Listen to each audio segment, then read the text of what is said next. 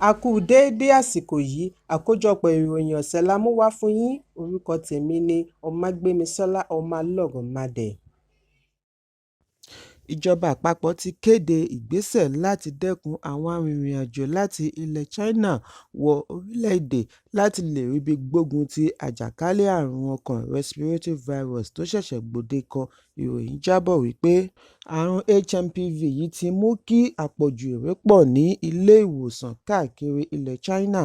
Àrùn tí ó jẹyọ káàkiri ẹkùn àríwá ilẹ̀ China lásìkò òtútù ní gbogbo agbègbè tó yí China ká bíi Cambodia, Taiwan àti Hong Kong, pàápàá jùlọ láàárín àwọn ọmọdé tí ọjọ́ orí wọn wà lábẹ́ 14.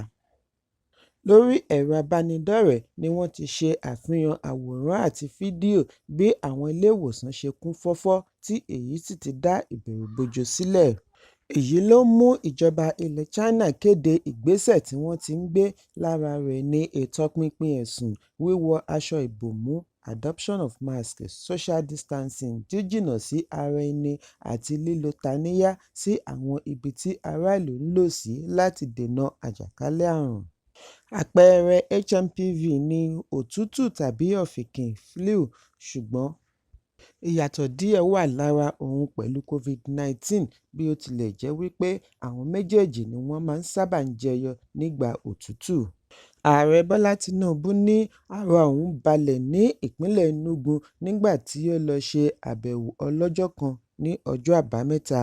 Ó ní ó jẹ́ ayọ̀ ọkàn láti wà ní Enugu, ara òun sì balẹ̀ pẹ̀lú. Èyí ṣe àpẹẹrẹ ohun tí a lè ṣe papọ̀ tàbí kọ́ papọ̀. Ààrẹ pè fún ìrẹ́pọ̀ láàrin gbogbo ọmọ orílẹ̀-èdè, ìbáà ṣe ní ti òṣèlú, ẹ̀yà tàbí ẹ̀sìn, láti lè pawọ́pọ̀ kọ́ orílẹ̀-èdè tí gbogbo wa ń pòǹgbẹ rẹ̀. Tinubu gbóríyìn fún gómìnà Peter Mbah fún ìgbìyànjú rẹ̀ láti kọ́ ọjọ́ ọ̀la ìpínlẹ̀ Enugu lónìí. Ó kì í fún gbogbo iṣẹ́ ribiribi tí ó ti ṣe láti mú ìdàgbàsókè bá ìpínlẹ̀. Àjọ tó ń gbógun ti títà, rírà, mímu àti egbògi olóró NDLEA ti kéde wípé àwọn ti fi ọwọ́ ṣìkún òfin mú ògbólógbòó oníṣòwò egbògi olóró tí wọ́n ti ń dọdẹ rẹ̀ tipẹ́. Aláfẹ́ ìpínlẹ̀ Èkó Lagos socialite Alhaja Aishat Fèyíṣará Àjọkẹ́ Ẹlẹ́dìyẹ ní ọjọ́ 1 oṣù kínní ọdún 2025 nínú ààfin rẹ̀ tí ó wà ní Ọ̀kọ́ta, ìpínlẹ̀ Èkó. Àfihàn yìí wáyé nínú àtẹ̀jáde láti ọwọ́ agbẹnusọ àjọ NDLEA Fẹ́mi Babáfẹ́mi. Ó ní oríṣiríṣi orúkọ ni wọ́n mọ Alhaja sí, bí àwọn kan ṣe mọ̀ ọ́ sí Ìyá Rúkà ni àwọn kan mọ̀ sí Alhaja Àjọkẹ́. Ṣùgbọ́n fún ọ̀pọ̀lọpọ̀ ọdún ni ọ̀pọ̀ kò mọ irúfẹ́ ènìyàn tí ìyá yìí jẹ́. Lójú gbogbo ènìyàn, Alhaja jẹ́ oníṣòwò tó ń kó ọjà aṣọ àti bàtà wọlé láti ilẹ̀ China, ṣùgbọ́n lábẹ́lẹ̀ ni ó jẹ́ ògbólógbòó elégbògi olóró. Pẹ̀lú ìtanilólobó tó ṣeé fọkàn tẹ̀ ni ikọ̀ àjọ NDLEA ya wọ ilé rẹ̀ tí ó wà ní ojúlé 23 òpópónà Adébáyọ̀ Oyèwọlé, ìyànà Àgọ́ Palace Way, Ọ̀kọ́ta. Níbẹ̀ ni wọ́n ti fi ọwọ́ ṣìkún òfin mú un. Ilé-ẹjọ́ gíga ìlú Àbújá ti gba ìyọ̀ǹda Olamide Thomas, arábìnrin tí wọ́n fi ẹ̀sùn kàn wípé ó ń lérí mọ́ ọmọ ààrẹ Bọ́lá Tinubu Ṣèyí Tinubu pẹ̀lú mílíọ̀nù 10 náírà àti onídùúró kan.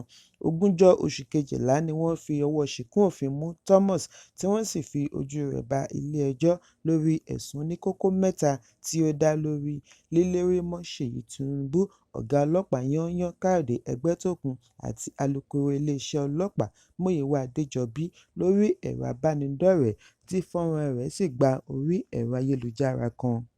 Thomas ni wọ́n fi ẹ̀sùn kàn wípé ó ń ṣẹ́ èpè ńláńlá fún àwọn wọ̀nyí. Ìgbésẹ̀ tí wọ́n ní ó ní agbára láti fi àwọn wọ̀nyí sínú ìfòyà, ṣùgbọ́n afẹ̀sùnkàn ní òun kò jẹ̀bi ẹ̀sùn nígbà àkọ́kọ́ tí wọ́n fi ojú rẹ̀ ba ilé-ẹjọ́, kí ilé-ẹjọ́ tó pa á láṣẹ kí wọ́n fi pamọ́ sí ọgbà ìwà àtúnṣe Suleja. Níbi ìgbẹ́jọ́ mìíràn ni adájọ́ ti gba ìyọ̀ǹda rẹ̀ pẹ̀lú onídùúró tí ó ní ogún láàrin agbègbè ilé ìjọba kí ó sì ṣe àgbékalẹ̀ àwòrán pélébé 2 2 recent passport photographs sí ọ̀dọ̀ akọ̀wé ilé-ẹjọ́ kí ó tó wá sún ìgbẹ́jọ́ mìíràn sí ọjọ́ 18 oṣù kejì. Ààrẹ Bọ́lá Tinubu ti bu ọwọ́ lu owó àti àwọn àǹfààní mìíràn fún àwọn ọ̀gá-lọ́gàá lẹ́nu iṣẹ́ ológun tí yóò fẹ̀yìntì lẹ́yìn tí wọ́n ti sìnlú fún ọdún 36 35 years. Lára àwọn àjẹmọ́nú yìí láti rí ọkọ̀ ayẹta, ìrìnàjò ètò ìlera lọ ilẹ̀ òkèèrè pẹ̀lú $20,000 bí wọ́n ṣe ń gùnlé ìrìnàjò, àti owó fún àwọn òṣìṣẹ́ inú ilé bíi alásè àti atúnléṣe. Bákan náà ni àwọn wọ̀nyí yóò ní àǹfààní sí amúgbálẹ́gbẹ̀ẹ́ pàtàkì, awakọ̀ ológun 3 àti orderly pẹ̀lú escort láti ẹ̀ka iléeṣẹ́ ológun. Aláfẹ́ ènìyàn tí ó gbajúmọ̀ ní ilẹ̀ Yorùbá, ọmọbabìnrin Khadija Àbíkẹ́ Adébísí Èdìóṣèré ní Elégbédé ti di olóògbé. Ìrọ̀lẹ́ ọjọ́ Àìkú ọjọ́ 5 oṣù Kínní ọdún 2025 ni Adébísí jáde láyé lẹ́ni ọdún 89 ní ìlú Abẹ́òkúta, ìpínlẹ̀ Ògùn. Ó jẹ́ ẹlẹ́sìn Mùsùlùmí.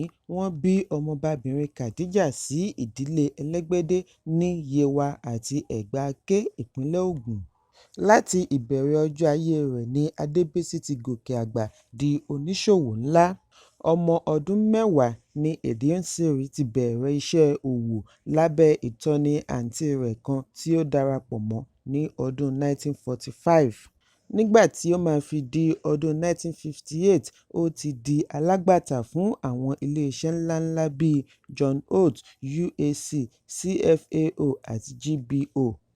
Ọdún 1970s ni Ebenezer Obey fún un ní ìnagijẹ Cash Madam níbi tí ó ti kì í nínú ọ̀kan nínú àwo rẹ̀ tí ó mìlú tìtì tí àkọlé rẹ̀ ń jẹ́ Board Members. Oríṣiríṣi oyè ni Cash Madam jẹ ní ilẹ̀ Yorùbá. Lára rẹ̀ ni ìyá Súnà ilẹ̀ Ìgbá, ìyá ọba Jọ̀gá Orílẹ̀, ìyá ọba Ọ̀tà Àwórì, ìyá ẹgbẹ́ àdínì Ayétòrò àti bẹ́ẹ̀ bẹ́ẹ̀ lọ.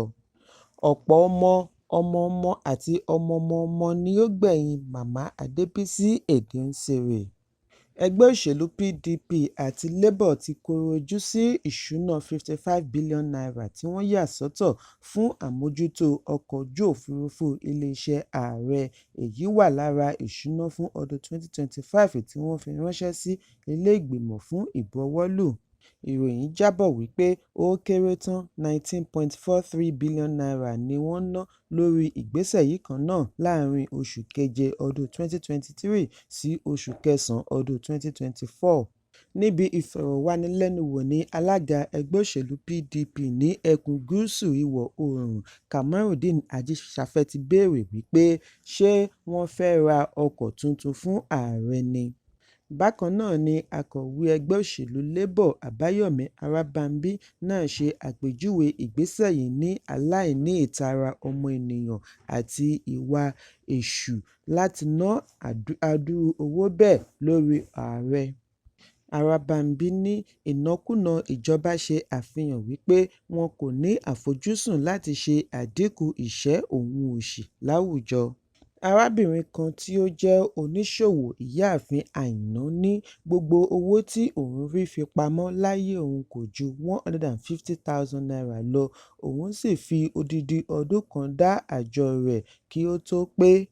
Ìdí nìyí tí ó fi máa ń run òun láti ṣẹ́ èpè bí òun bá gbọ́ wípé àwọn adarí kan fẹ́ ná $55 billion lórí àtúnṣe ọkọ̀ òfurufú.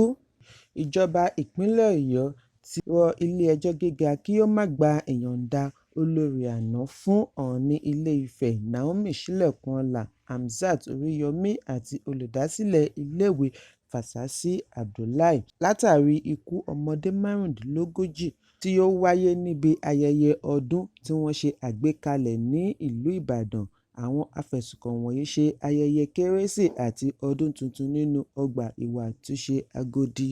Síwájú àkókò yìí ni agbẹjọ́rò fún àwọn afẹ̀sùnkàn ṣe àríyànjiyàn wípé fífi àwọn oníbàárà rẹ̀ sínú àhámọ́ kò tọ̀nà, èyí tàpá sí òfin lábẹ́ Criminal Justice Act. Ó ṣe àwáwí àìlera Abdullahi wípé èyí tó láti yọ̀ǹda rẹ̀ kí ó lè ríbi lọ mójútó ara rẹ̀.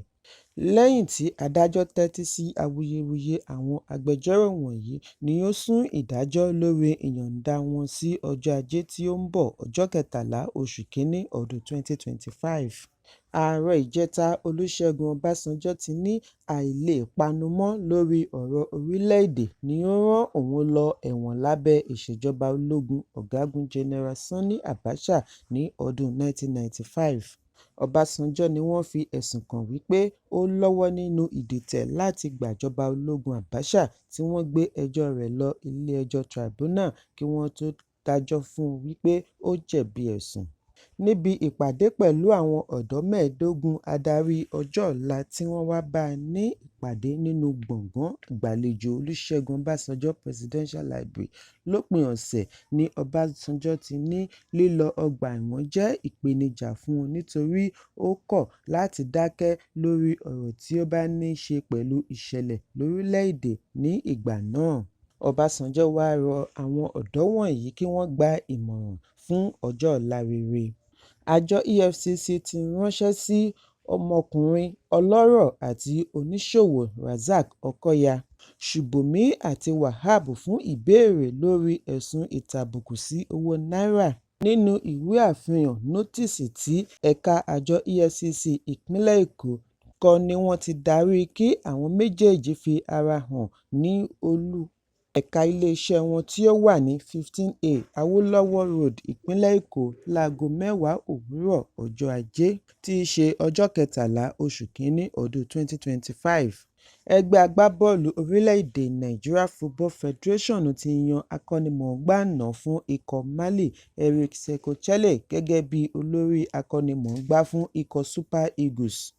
Àtẹ̀jáde láti ẹ̀ka ìròyìn NFF ṣàlàyé wípé níbi ìpàdé tí ó wáyé ní Àbújá ní Ọjọ́bọ̀ tí ó kọjá ní ìgbìmọ̀ NFF ti yan akọ́nimọ̀ọ́gbá àná fún Mali gẹ́gẹ́ bí olórí akọ́nimọ̀ọ́gbá tuntun fún Super Eagles tí ìgbìmọ̀ NFF sì bu ọwọ́ lù ú. Àtẹ̀jáde náà tẹ̀síwájú wípé akọ́nimọ̀ọ́gbá tuntun ẹni ọdún 47 yóò bẹ̀rẹ̀ iṣẹ́ kíákíá pẹ̀lú ojúṣe láti darí ikọ̀ Super Eagles gba ife níbi ìdíje àgbáyé 2026 World Cup pẹ̀lú ìdíje méjì nínú oṣù kẹta. Kókó ní ìwé ìròyìn tòní kò ní jù báyìí lọ. Ẹ pàdé mi ní ọjọ́ Ajé Monday fún àkọ́tún ìròyìn. Kí a tó lọ, ẹ má ṣaláì fi àkíyèsí yín ránṣẹ́ kí ẹ sì bá wa subscribe sójú náà wa lórí YouTube kí kókó ní ìwé ìròyìn lè máa tẹ̀ yín lọ́wọ́ ní kíákíá.